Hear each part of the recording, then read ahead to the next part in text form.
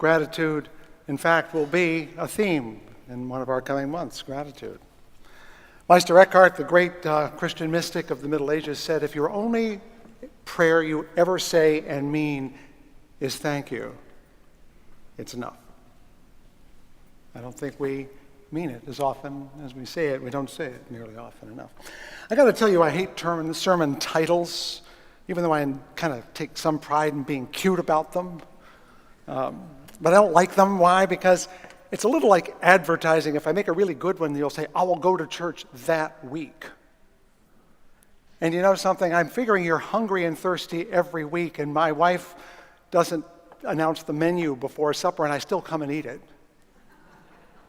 It isn't as though I'm going to say, I'll go to somebody else's house to eat. And so there's a part of me that's a little frustrated that I have to come up with titles, because if you're thinking it's optional to come and get a sermon, I'm thinking you must be either dining elsewhere or eating spiritual junk food and you're not fessing up. Because the reality is, whatever my title is, it has very little relevance to what I'm going to say, because they're picked a month in advance. I'm just shooting in the dark here, friends. Yeah, it was March 15th, so I said, okay, Ides of March, Ides left. But actually you have a connection. I'll get to that in a minute. But I want you to think, how odd it is that we look at sermon titles as though they're like movies or books. Do I want to hear that one? I'm working on the theory that we all need to spend a few minutes thinking, listening, and perhaps with some help from a preacher, looking hard at what matters, and that it doesn't matter if there's a title or not. The exercise is important. I'm feeling like Langston Hughes this morning. That's one of the reasons I quoted him. He was schooled as a poet, and early in his career he figured out that the elegant style he was learning from all the great poets of the English language was not honest, in the sense that it wasn't honest for him. It wasn't getting to the core of what he wanted to say. It was clouding it. And so he deliberately tried to simplify. He gave up, relinquished, sacrificed, if you remember last week, sacrificed his interest in an elegant outcome to find real poetry. Of course, that meant he ran the risk of not being beautiful or being bad. When you try to find the truth, you sometimes miss. I spoke of last week about a month's worth of thinking about liberation, and how for liberal religion the whole idea is spiritual liberation. Liberation of the mind, the soul, the heart, even the body. And that there are 4 disciplines, disciplines even for liberals, that help us toward that liberation: worship, study, service, and sacrifice. I spoke about sacrifice last week because it's the hardest one. We think it has to do with money, and that's only one aspect of it. And even then, it's the least important. It was about giving up. But not giving up something you need, but giving up what you don't need in order to find the things you do need. To let go of what doesn't matter, like the spiritual fast food, so you can take a hold of what does matter, the whole grain, organic, cruelty-free sermons that I deliver.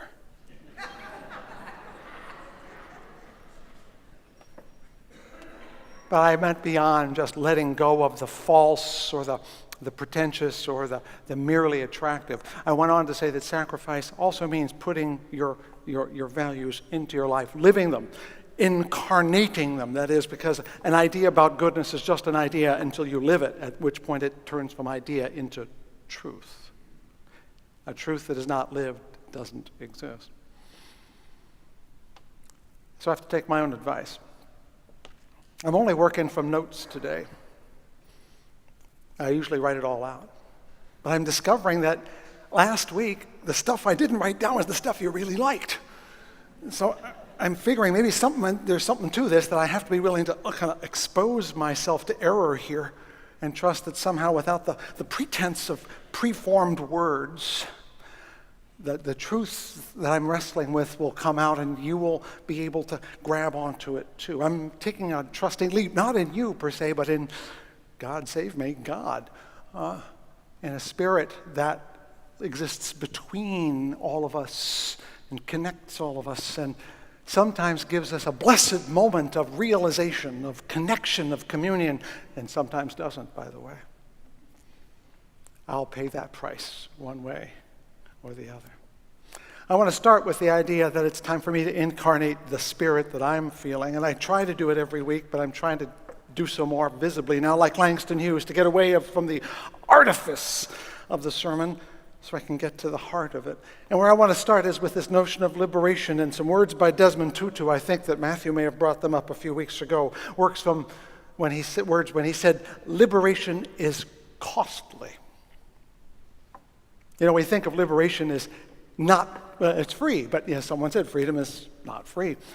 But he was using the Passover story, and we're approaching Passover, of course, that liberation is costly. The Hebrew children didn't want to leave. Oh, well, they wanted not to be oppressed, but they didn't want to give up their homes, their security, their predictability. And every step along the way, they kept saying, look, you've dragged us out here in the desert, Moses, and we have nothing to eat. And so Moses went out and asked God. God provided the manna and said, but the manna is so boring. And he provided the quail. You can see what I mean, that we don't realize when we seek liberation, we're going to have to pay for it with comfort or convenience or security or a certain capacity to understand what's coming around the corner, because the trouble with freedom is that it is unpredictable and you don't know where it's going to go. Liberation is costly, not just for the Hebrew children, but for you and me. It takes work.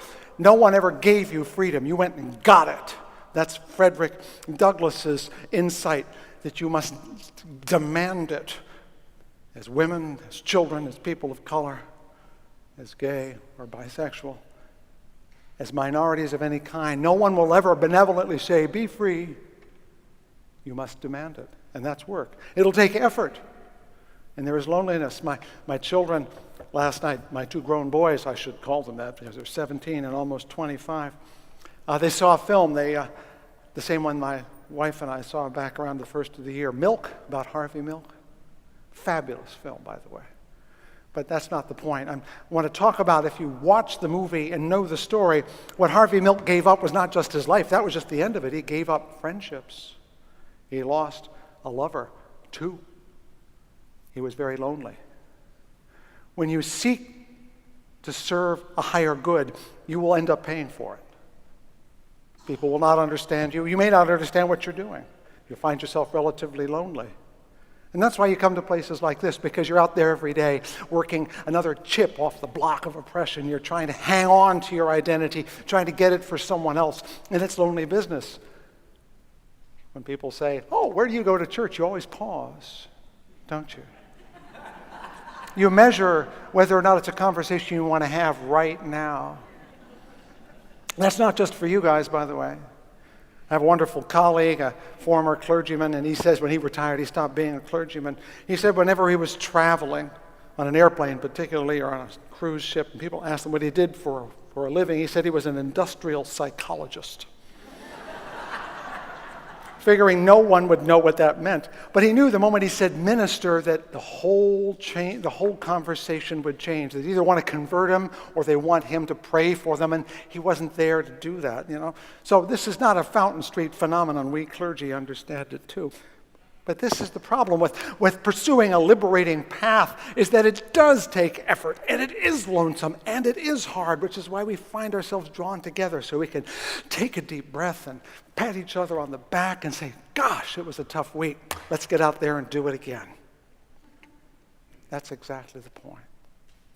Because I want to go beyond the comfort we give each other in the path of liberation to the challenge we have to give each other. Because if you're only in it to save your own soul, that is to say, to free yourself from whatever oppression, if you're only doing it for yourself, you're wrong. Because sacrificing is only the first part. Another is service. Serving others, yes, including those people who ask that awkward question. Now, that's where the connection to Caesar comes in the Ides of March. The senators, Cassius and Brutus and all those guys, they assassinated Caesar because they thought him a tyrant, that he was going to undo the republic by becoming a king. And it sounds pretty good on paper, except we forget that Cassius, Brutus, and all those guys were the patricians, the literal patricians,